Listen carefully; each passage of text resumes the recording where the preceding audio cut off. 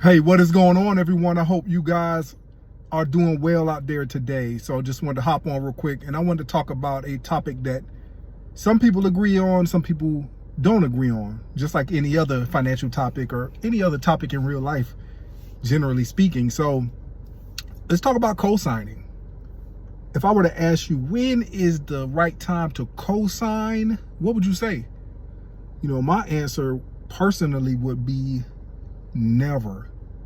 Now, the only time I guess you would co-sign is if you are planning on paying that loan yourself and you are only doing it to obtain the asset and to allow whoever you're co-signing for to build their credit. So for instance, if you are a parent and you are technically buying a car for your child and you want your child to get credit for that particular car loan, then that probably would be the only time that you would do it. If you already plan on paying it anyway, because if you are co-signing for somebody that the bank has determined is not able to pay on their own, then you're just really setting yourself up for disaster. You know, I don't know too many co-signing stories that have turned out well, that have been productive and positive. Most of the co-signing stories that I've heard about personally have been nightmares, which is why I always say I'll never co-sign for anybody. Like, it's a non-negotiable. I'll never co-sign for anybody. I just don't think that co-signing is beneficial.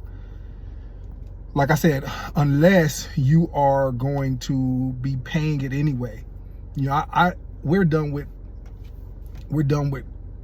car loans and those kind of things. So there's not going to be a situation where we're going to obtain a car loan for our kids. We're not going to help them co-sign whether they're going to pay it or not. Like, you know, whatever we decide to do with our kids, you know, it'll be a cheap cash car or whatever, or they will get a job and they'll help us buy their car with cash, but there won't be any loans or anything like that involved.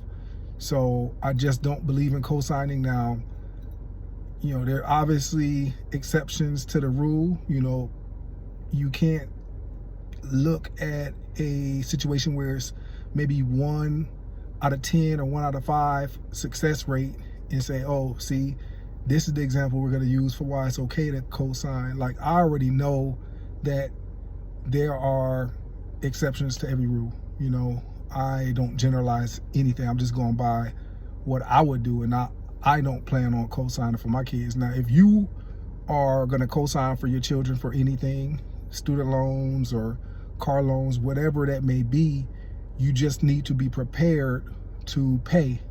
You need to be prepared to pay whether or not you were going to pay anyway, or whether or not your child is going to be the one responsible. Because at the end of the day, you are on that promissory note saying, hey, I'm going to pay just in case my child doesn't pay. So I don't know. Tell me what you think. Do you think that co-signing is something that you should do, something you would do, or something that you should never do? Or is it something that you feel is circumstantial, depending on what's going on?